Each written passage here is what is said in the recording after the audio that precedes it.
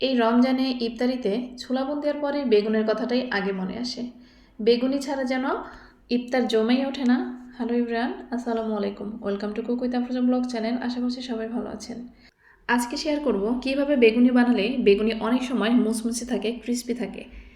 এছাড়াও শেয়ার করব মরিচের দুর্দান্ত একটি চমৎকার রেসিপি। তো ভিডিওটি দেখতে অবশ্যই সঙ্গে থাকবেন। বেগুনি বানানোর জন্য এখানে আমি একটি বেগুন কেটে নিয়েছি।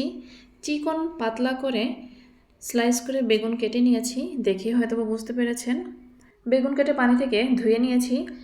এখন আমি একটি বাটিতে নিয়ে নিচ্ছি চাউলের গুঁড়া 1 টেবিল চামচ, কর্নফ্লাওয়ার 1 টেবিল চামচ, বেকিং সোডা নিয়েছি 1 চিমটি পরিমাণ, নিয়ে নিলাম 1 চা চামচের মতো ম্যাজিক স্বাদের মশলা, পরিমাণ মতো লবণ নিয়ে নিলাম, 1 চিমটি পরিমাণ নিয়ে নিচ্ছি হলুদের গুঁড়া, আর হাফ চা চামচের মতো নিয়ে নিচ্ছি মরিচের গুঁড়া। বেসন নিয়ে নিব 5 টেবিল চামচ।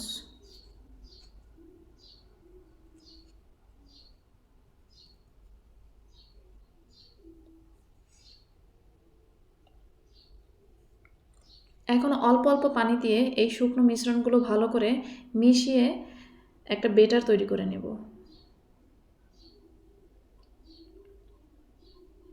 আমি একবারে পুরো পানিটা দিব না, আমি অল্প অল্প করে পানি মিশাবো।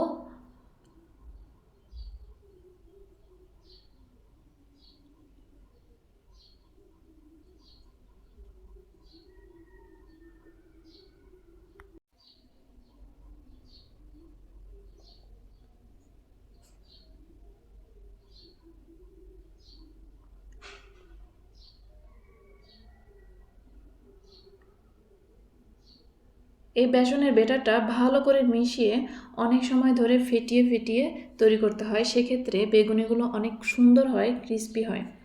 তো আমি এখন এর মধ্যে দিয়ে দিচ্ছি গরম তেল। এখানে আমি যে তেলে বেগুনি ভাজবো সেই তেলটাই হালকা গরম করে এর মধ্যে দিয়ে দিলাম 1 টেবিল চামচের মতো। এই তেলটা দিলে বেগুনিটা অনেক ক্রিস্পি হয়।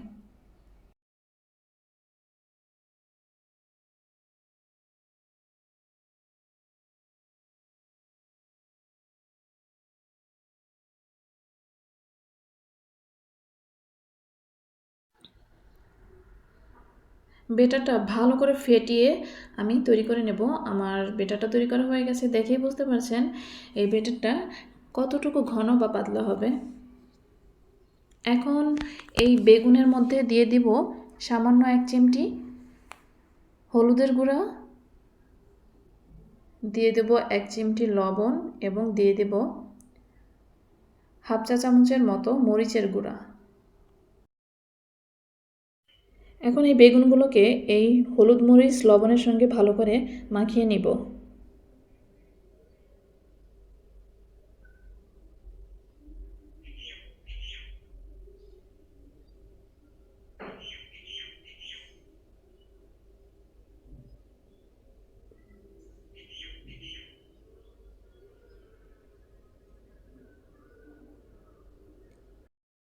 হলুদ মরিচ আর লবণের সঙ্গে বেগুনগুলো মাখানোর পরে সঙ্গে সঙ্গে কিন্তু এই বেগুনিগুলো বানিয়ে নিতে হবে, তাছাড়া বেগুনি কিন্তু অনেকটাই নরম হয়ে যাবে বা পানি ছেড়ে দিবে।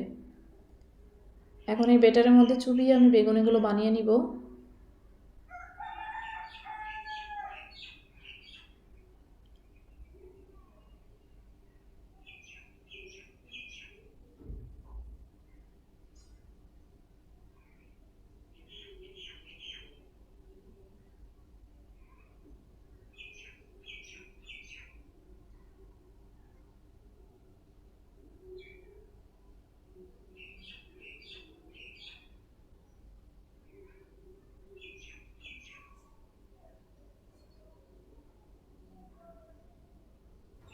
একটা খুন্তির সাহায্যে বেগুনের উপরের পাশটাতে এভাবে তেল দিয়ে দিচ্ছি।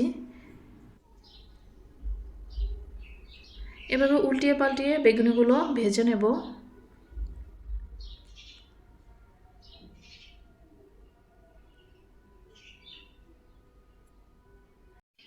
এই বেগুনিগুলো ভাজা হয়ে গেল।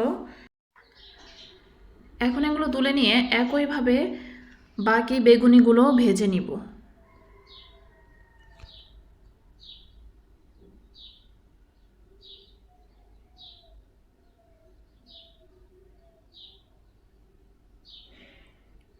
তো বেগুনও বানানো হয়ে গেল।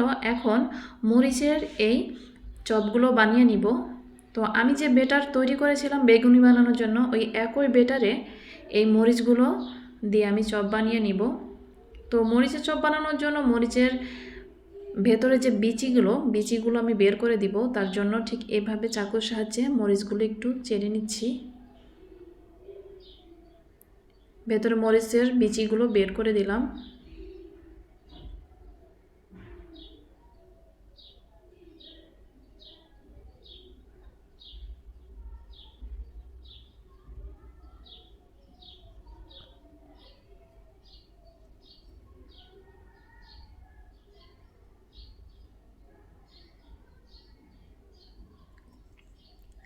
এখন একই তেলে মরিচের চপগুলো বানিয়ে নিব।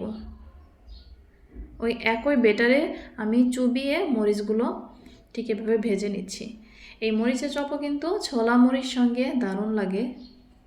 যারা ঝাল খেতে পছন্দ করেন এভাবে তৈরি করে দেখতে পারেন, ভালোই লাগে।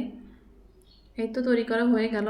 তো ভিডিওটি যদি ভালো লেগে থাকে অবশ্যই লাইক কমেন্ট শেয়ার করবেন। আর যারা আমার চ্যানেলে নতুন, যদি আমার ভিডিও ভালো লেগে থাকে অবশ্যই সাবস্ক্রাইব করে পাশে থাকা বেল আইকন প্রেস করে দিবেন, যেন নতুন কোনো ভিডিও আপলোড করলে আপনাদের কাছে নোটিফিকেশন পৌঁছে যায়। তো এই তো তৈরি করা হয়ে গেল।